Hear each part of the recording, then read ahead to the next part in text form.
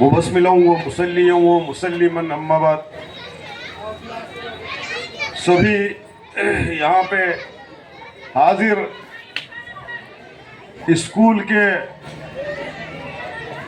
Management, सदर, secretaries, मेंबरान और सभी पेरेंट्स, स्टूडेंट्स, मैं आपका ज़्यादा वक्त न लेते हुए बिल्कुल मुख्तसरन ये कहूँगा कि आज आपने जो हमारा यहाँ प्रोग्राम मनाया गया है, जिस दिन की मुनासिबत से, वो दिन यौम जमहूरिया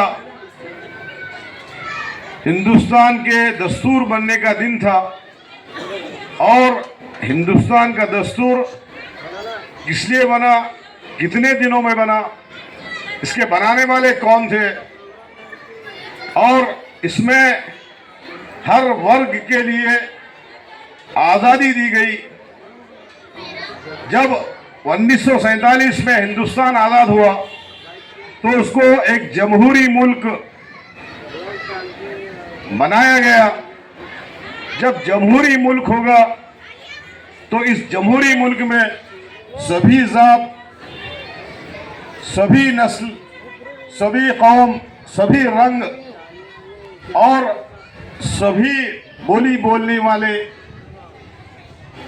तमाम चीज़ों के लिए, तमाम इंसानियत के लिए आज़ादी रखी गई। और उसके लिए बाकायदा तौर पर एक दस्तूर मुदव्वन किया गया। दस्तूर मुदव्वन होने के बाद दस्तूर मुदव्वन करने के लिए एक पहले कमेटी बनाई गई।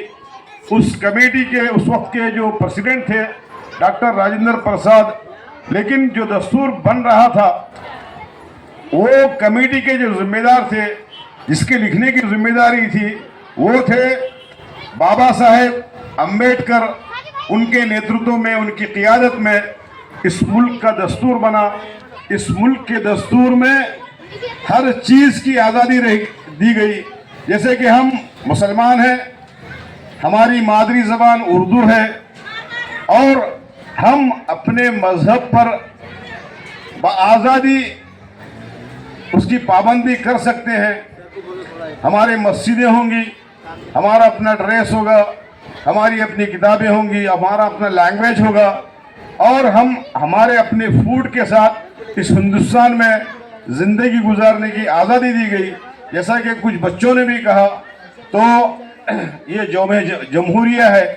मैं इस मौके पर सारी चीज़ें आपने सुनी, यही कहूँगा कि मैंने अक्सर स्कूलों में, तकरीबन प्राइवेट स्कूलों में जब भी देखा तो वहाँ पे बच्चों को लेने के लिए या बच्चों को छोड़ने के लिए जो लोग हाजिर होते हैं, उसमें पेरेंट्स यानी माँ बाप तो होते ही होते हैं, लेकिन अक्सर उसमें मैंने देखा है कि दादियाँ ज़्यादा होती हैं।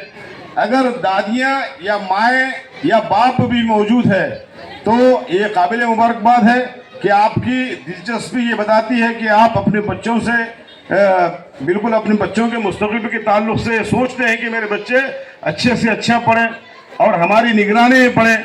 मैं उसे स्कूल तक छोड़ कर आऊँ और स्कूल से उसे फिर वापस ले जाऊँ।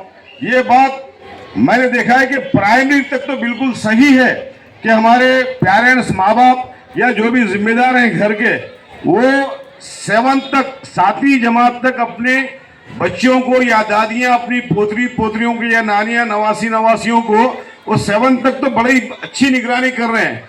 लेकिन 7वें के बाद जब हायर प्राइमरी होती है, 8th क्लास में जब बच्चियाँ या बच्चे पढ़ते हैं, जैसा कि हमारे यहाँ उर्दू स्कूल है या 7th के बाद जितने स्कूल हैं, मैंने वहाँ देखा है कि ये निगरानी आपकी वहाँ पे कम होती नज़र आ रही है, जिसकी वजह से हमारी बच्ची और बच्चियाँ ड्रॉप आउट का मतलब 7th के बाद अपनी तालीम को ख़त्म कर रहे हैं।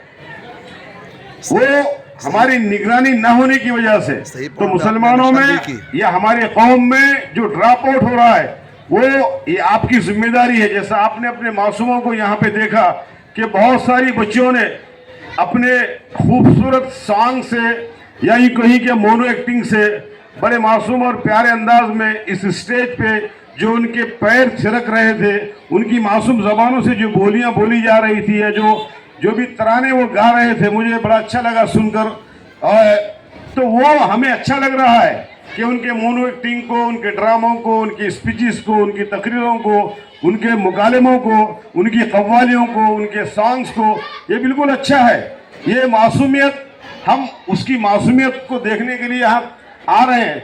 लेकिन मैं आपसे दरख्वास्त करूंगा, जितने पेरेंट्स यहाँ पे आए हुए हैं, कि वो सिर्फ प्राइमरी तक ही नहीं बल्कि उनकी डिग्री तक उनकी निगरानी करें।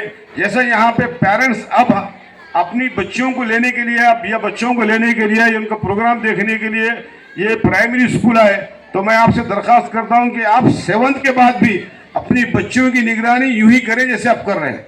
तो उसमें हमारे यहाँ जो बच्चियां तालीम से मुनक़ते हो रही हैं, जो ड्रॉप आउट हो रहा है, ये ज़्यादा सिलसिला हमारे लोगों में है, तो आपकी निगरानी उनको हायर एजुकेशन तक ले जाएगी। अब ये ज़माना फी ज़माना क्या है, अब मैट्रिक कोई माना नहीं रखता, बल्कि हम एजुकेशन में ज़्यादा से ज़्यादा तालीम की तरफ हमारी रग़बत हो, हम एजुकेशन में अपनी कोशिशों को ज़्यादा बरकरार रखें। जैसे कि आज के दस्तूर लिखने वाले बाबा साहेब अंबेडकर इस हिंदुस्तान के सबसे पढ़े लिखे आदमी थे। उनके रिकॉर्ड में ये भी लिखा हुआ है कि दुनिया की कोई बड़ी यूनिवर्सिटी जहां वो न पढ़े हों ऐसा नहीं है, बल्कि जब वो बीमार हुए, तो जब वो बीमार बिल्कुल उनकी मौत होने वाली थी, तो जब तलाशा गया तो जब भी वो मरते वक्त में भी एक स्कूल में उनका एडमिशन था, और वो कहते थे हमेशा कि मेरा मुल्क कब तरक्की करेगा, मेरा मुल्क उस वक्त तरक्की करेगा जब मेरे मुल्क में लाइब्रेरियाँ होंगी। तो पढ़ने से आज के दिन का बहुत ज़्यादा, आज के लिखने वाले का उसका बहुत ज़्यादा योगदान है इसमें कि हमें पढ़ने की भी आज़ादी दी गई। आप जो चाहे मीडियम पढ़ाएं, इसमें कोई एतराज़ नहीं है, कन्नड़ा पढ़ाएं, इंग्लिश पढ़ाएं, तो बिल्कुल आप कोशिश कीजिए कि हमारे बच्चे ड्रॉप आउट ना हो। आपको हाई स्कूल में भी इसी तरीके से निगरानी करने की मैं अपील इस मौके पे करूंगा। मैं तकरीबन यूनिक मॉडल स्कूल के प्रोग्रामों में हाजिर हुआ हूं, कुछ प्रोग्राम मिस भी हुए, छूटे होंगे, लेकिन मैंने देखा कि यहाँ का मैनेजमेंट कहिए, यहाँ के असतिज़ा कहिए, टीचर कहिए, कि वो अपनी बच्चों को बिल्कुल हर इसमें कोशिश करा रहे हैं। तो मैं अल्लाह से दुआ करूँगा कि ऐसे स्कूल हमारे यहाँ हमारे दरमियान मौजूद हों, और ये करने वाले बेलौस अपनी खिदमत को यूं ही जारी रखेंगे। ये स्कूल ताल्लुक़ा पर नहीं बल्कि यहाँ के कुछ मॉडल ऐसे हुए कि वो डिस्ट्रिक्ट लेवल पे भी गए। मैं इनके लिए इस बॉडी का शुक्रगुजार हूँ कि उन्होंने हमारे इस ऐसे ताल्लुक़े में कुछ नौजवानों को ऐसे तैयार किया कि वो ताल्लुक़ा और डिस्ट्रिक्ट लेवल तक जाएँ। तो मैं फिर एक कोशिश करूँगा, ये चाहूँगा कि आप अपने बच्चों को डिवीज़न और स्टेट लेवल तक जाएँ। इसके लिए आपको जो भी ताउन की ज़रूरत है, हम मकामी लोग आपके ताउन के लिए बिल्कुल हर वक्त हाजिर हैं। तो मुझे बड़ी खुशी हुई कि आपने प्रोग्राम अच्छे से अच्छा कराया। बहुत ताख़ीर होने की वजह से मैं अपनी बात को ज़्यादा लंबी नहीं करना चाहता, सिर्फ पेरेंट्स से ही गुजारिश करूँगा कि ये दिलचस्पी आपकी, तालीम से आपका लगाव यूँ ही बरकरार रहेगा। ये इस यौम जमहूरिया के मौके पर मैं आप सभी लोगों को फिर एक मरतबा मुबारकबाद देते हुए मैं अपनी बात को ख़त्म करता हूँ। जय हिंद।